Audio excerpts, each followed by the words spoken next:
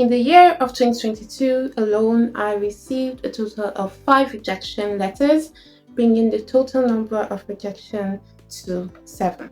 Here's how that happened.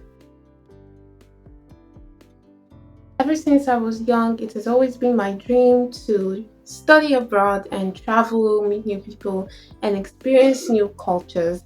And it was basically particularly for schooling that I was looking at these travel options. However, I was ignorant and I didn't really know how to work towards my goal. I didn't have enough motivation, and not that my grades were low, but they didn't meet up to the standards that these international schools required, which I believe contributed to the rejection letters. I graduated secondary school in the year of 2020 during COVID, particularly December 2020, and while my friends and classmates applied for universities in Nigeria, I decided to apply to the University of Windsor in Canada, earning me my first rejection letter. Although I was later accepted to the school after I changed my course, it was a series of heartache because we did not have enough funds to conveniently afford the university because it was highly expensive. Although I have always wanted to study abroad, I never really considered the money because in my head it was all about getting a scholarship, so that was my major concern. I deferred my admission twice, from December of 2021 to January of 2022, and from January of 2022 to September of 2022 before I finally lost that admission. However, by December of 2021, I already knew that I was not going to be attending the University of Windsor, so I started my scholarship hunt in December 2021.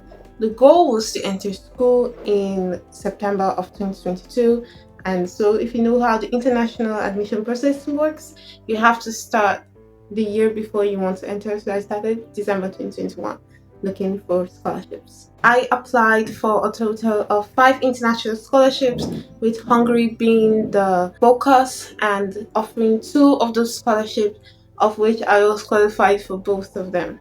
That escapade led to a total of 5 rejection letters in 2022, but however, it was actually 2021 that was the hardest year of my entire life, both spiritually, mentally, and physically.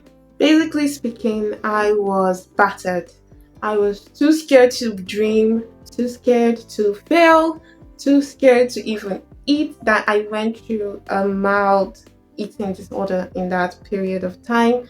And even my family doesn't know this, but at a point, I was too scared to leave the house.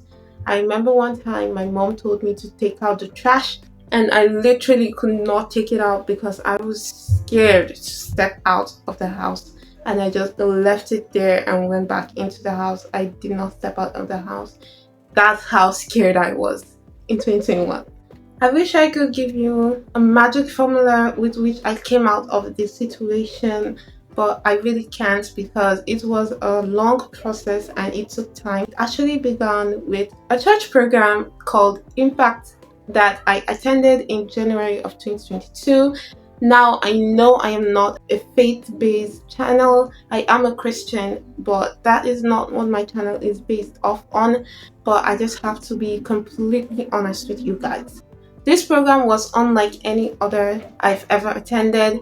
It was mostly based on success in life and how that was what God wanted for us. And that really opened my eyes to the amount of fear I was in. I was in this constant conflict with my heart and my mind wanting to do all these big things, and my heart being so scared to actually take the leap and take the faith to move into these things. That program totally reset my mindset, and I guess it kind of prepared me for the rejections that I would face later in the year, because I was not scared to fail anymore. I was ready to go at my dreams, even though it meant me crying or leading to me being hurt. It was during that time, just randomly scrolling on Instagram, that I stumbled upon the ALX software engineering program, and I just applied without thinking, leading to my first acceptance letter in a long while. Now, I have done a video about my experience in ALX software engineering program, but basically it's a virtual program, and if you know anything about them, it keeps you busy. So I was so preoccupied all of a sudden after doing practically nothing for 1 year. I think that really brought me out of the mess my mind was in, because I did not have time to think of all those negative thoughts that were running through my mind in the first place. So I'm guessing that the first thing you should do if you're struggling with rejection is to listen to someone who has a better mindset than you have at that time, which is what I did unintentionally, and also find something else to preoccupy yourself. Just get a new hobby. Yes, a new hobby. The next thing that happened was that I actually decided to lose some weight. So I grew up as the big child, and that really caused me a lot of trauma. I made the empowering decision to lose weight, but not the wrong way. I decided to lose weight the right way, and it was around that time I started taking working out very, very seriously. Whether I was tired or not, I would just go through my workout routine. So I divided into morning, afternoon, and evening, and there was a portion of times allocated for working out. And I remember when I got one of the most heaviest rejection letters, one of the scholarships from Hungary, that I just went to my room and I was like, oh, it is time for my afternoon workout. And I just worked out without thinking about the scholarship.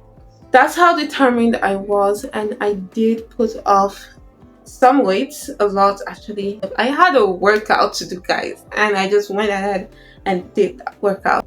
The next thing that happened was this YouTube. So I started my YouTube channel, this particular YouTube channel, in August 2022, and I wanted my YouTube channel to be about studying and college and university and just vlogging my life through university, but that didn't seem to be happening.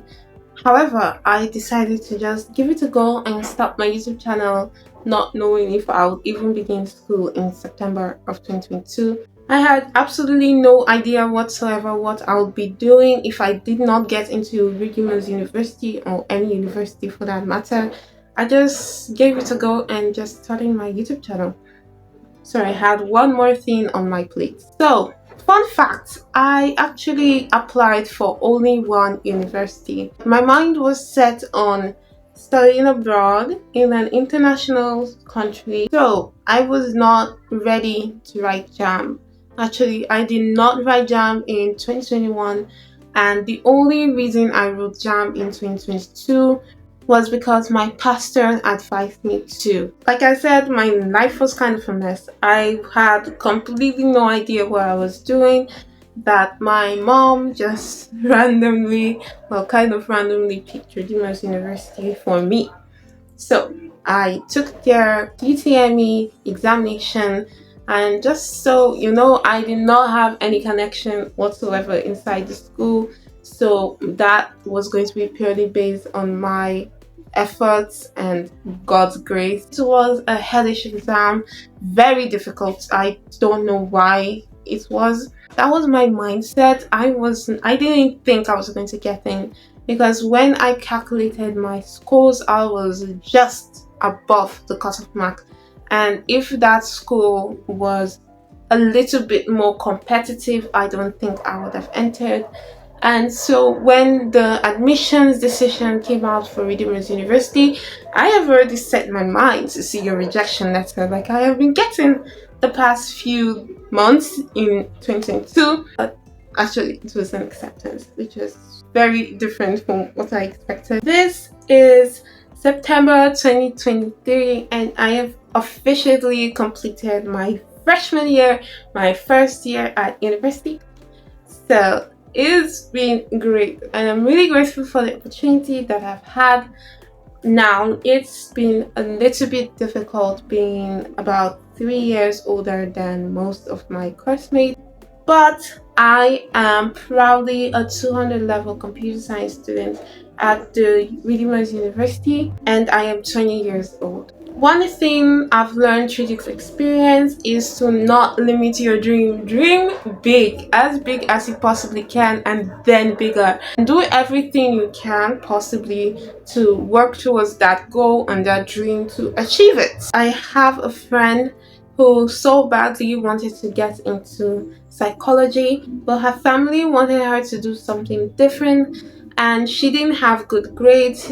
But I'm always inspired by her because she did not give up. She did her A levels and she's currently studying psychology at a very top university. An example to give your dream a go. However, I believe you also need to know when to let go. This does not mean you are giving up on your goals.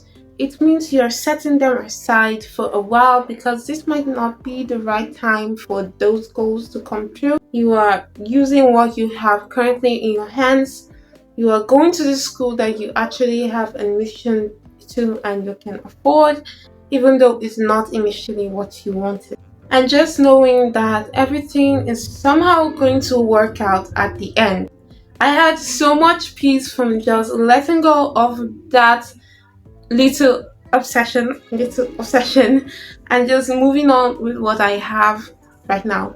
Sometimes I used to wonder what would my life be like if I had just given it another go, an extra year, but I would never know. And that's okay. That's totally okay. I'm okay with that. And so should you. I know we fix our minds to these great universities and we see all those people on YouTube and we want to do our moving vlogs, moving into Harvard, Penn State University, and all those other cool universities, but it's okay. It's okay not to get into the university you want to, and it's okay because your university does not define who you're gonna be in life.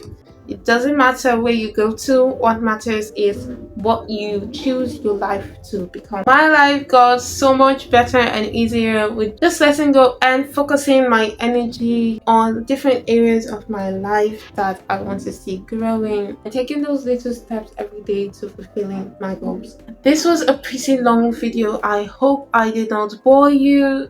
Consider to subscribe, and whatever you're going through, I promise that is going to be okay at the end. Just do not go down the road of depression, and it's okay to cry a lot. Forgive yourself for any mistakes you made and just move on. Thank you so much for watching. I'll come back with another video. That's it for today.